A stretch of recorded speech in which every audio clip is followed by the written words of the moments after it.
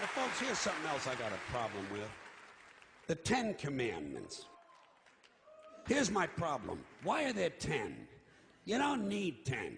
I think the list of commandments was deliberately and artificially inflated to get it up to 10. It's a padded list. Here's what they did. About 5,000 years ago, a bunch of religious and political hustlers got together to try to figure out how to control people, how to keep them in line. They knew people were basically stupid and would believe anything they were told, so they announced that God had given them some commandments. Up on a mountain, when no one was around, God had given them the 10 Commandments. But let me ask you this. When they were sitting around making this shit up, why did they pick 10? Why 10? Why not 9 or 11? I'll tell you why. Because 10 sounds official. 10 sounds important. They knew if it was 11, people wouldn't take it seriously. Say, what, are you kidding me? The 11 Commandments? Get the fuck out of here. But 10 sounds important. 10 is the basis for the decimal system. It's a decade. It's a psychologically satisfying number. The top 10, the 10 most wanted, the 10 best dressed. So having 10 commandments was really a marketing decision. And to me, it's clearly a bullshit list. It's a political document artificially inflated to sell better. I'm going to show you how you could reduce the number of commandments and come up with a list that's a little more workable and logical. We're going to start with the first 3, and I'll use the Roman Catholic version because those are the ones I was taught as a little boy. I am the Lord thy God. Thou shalt not have strange gods before me. Thou shalt not take the name of the Lord thy God in vain. Thou shalt keep holy the Sabbath. Right off the bat, the first 3, pure bullshit. Sabbath day, Lord's name, strange gods. Spooky language. Spooky language. Designed to scare and control primitive people. In no way does superstitious nonsense like this apply to the lives of intelligent, civilized humans in the 21st century. You throw out the first 3 commandments, you're down to 7. Next, honor thy father and mother. Obedience, respect for authority. Just another name for controlling people. The truth is, obedience and respect should not be automatic. They should be earned. They should be based on the parent's performance. Parent's performance. All right? Some parents deserve respect. Most of them don't. Period. You're down to 6. Now, in the interest of logic, something religion is very uncomfortable with, we're going to jump around the list a little bit. Thou shalt not steal. Thou shalt not bear false witness. Stealing and lying.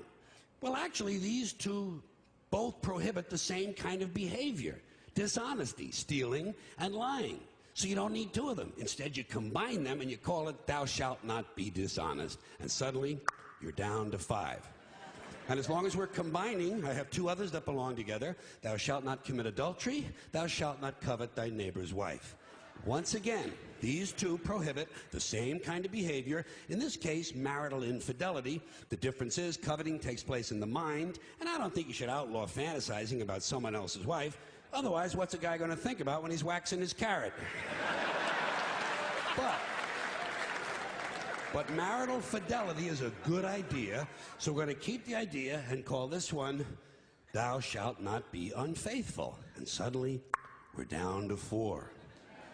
But when you think about it, honesty and fidelity are really part of the same overall value. So in truth, you could combine the 2 honesty commandments with the 2 fidelity commandments and give them simpler language, positive language instead of negative, and call the whole thing, thou shalt always be honest and faithful, and we're down to 3. Thou shalt, they're going away fast. Thou shalt not covet thy neighbor's goods. This one is just plain fucking stupid. Coveting your neighbor's goods is what keeps the economy going. Am I right? Your neighbor gets a vibrator that plays "O Come All Ye Faithful." You want to get one too. Coveting creates jobs. Leave it alone. You throw out coveting, you're down to 2 now, the big honesty and fidelity commandment, and the one we haven't talked about yet, thou shalt not kill, murder, the 5th commandment. But when you think about it, when you think about it, religion has never really had a big problem with murder. Not really. More people have been killed in the name of God than for any other reason. All you have to do... Shit.